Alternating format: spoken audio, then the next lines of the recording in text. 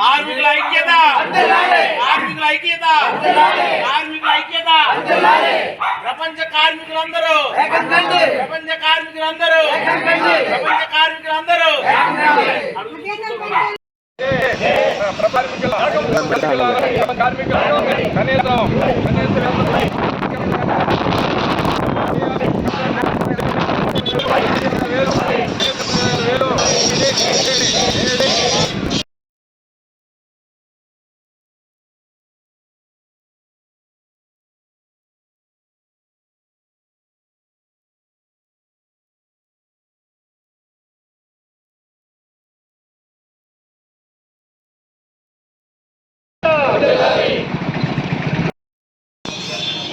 ప్రపంచ కార్మికుల దినోత్సవం.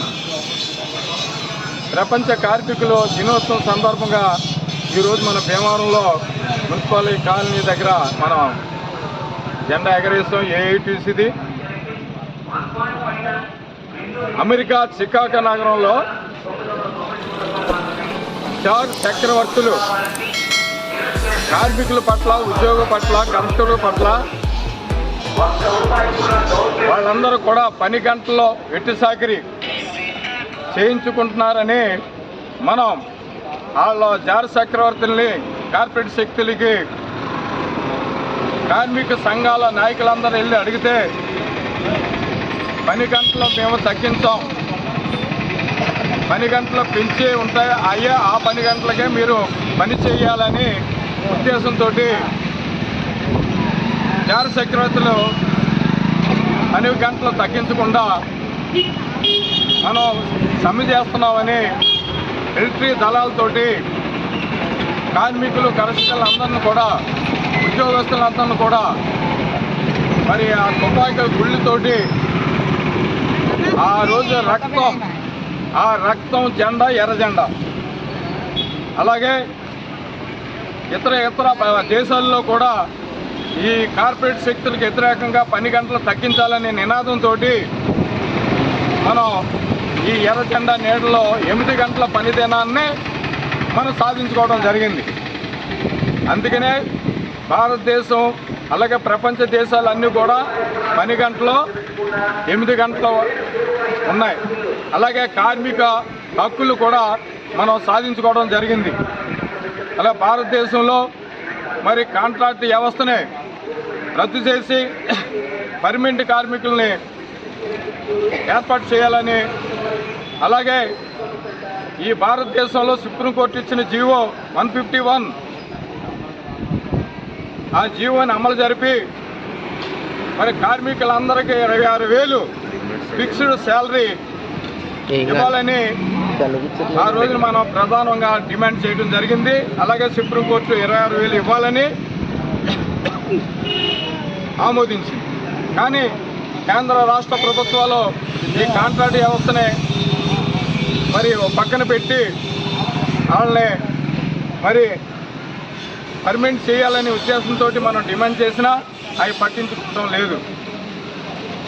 ఇప్పుడు అలాగే క్లీన్ డ్రైవర్స్, తడి చెత్త, పొడి చెత్త డ్రైవర్స్ కూడా 18,500 ఇవ్వాలని మనం ప్రధానంగా డిమాండ్ చేయడం జరిగింది.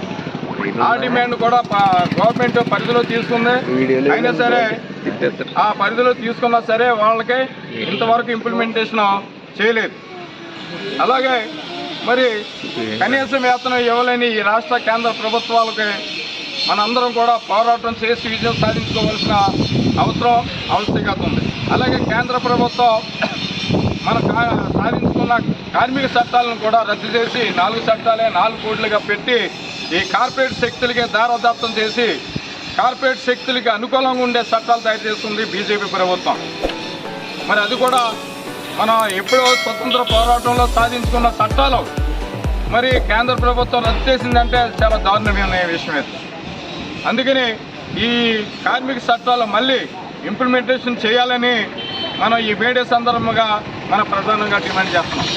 అలాగే రైతులు సంవత్సరం ధరబడి మరి ఢిల్లీలో జంతర్ మంతర్ దగ్గర ధర్నాలు చేసి సంవత్సరం పాటు రోడ్ల మీద పడుకున్నా వాళ్ళు కోడ్లు నల్ల కోడ్లు పెట్టి అది కూడా కార్పొరేట్ శక్తులకే దారదత్తం చేసి కార్పొరేట్ శక్తులకే అనుకూలంగా ఎంతోమంది పడిపోయినా వాళ్ళ సమస్య పరిష్కారం చేయకుండా పక్కన పోయి ఇవన్నీ మన కార్మిక హక్కులు సాధి మన పోరాటం అలాగే ఈ విధానాన్ని కేంద్ర రాష్ట్ర ప్రభుత్వాలు పర్మిట్ 20,000 అలా కావాలా సౌకర్యం ఈ బియ్య కానీ ఈఎస్ఐ కానీ ఏ కూడా మరి పక్కన పెట్టింది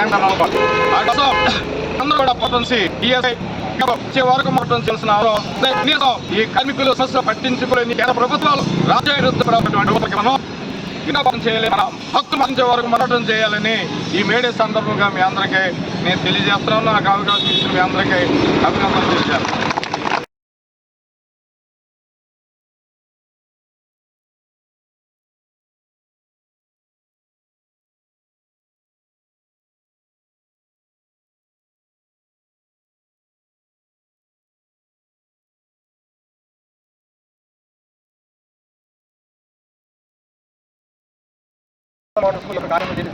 ఏంటంటే ముఖ్యంగా మన రంగాల ముందు మన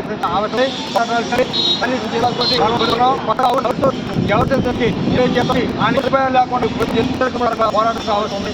ఏడో దినోత్సవాన్న మనం సాధించుకోపోయి చాలా ఉన్నాయి. మరి దానికి ఐక్యంగా మన మున్సిపల్ కార్మికులు అందరూ ఐక్యంగా పోరాటాలు చేస్తే కానీ మనం జయప్రదం చేయలేం. అలాగే మరి ఇవాళ టోటల్ పిఎఫ్ ఈఎస్ఐ సంబంధించి చాలా ఉన్నాయి. ఈఎస్ఐ వచ్చి సంవత్సరం చాలా లక్ష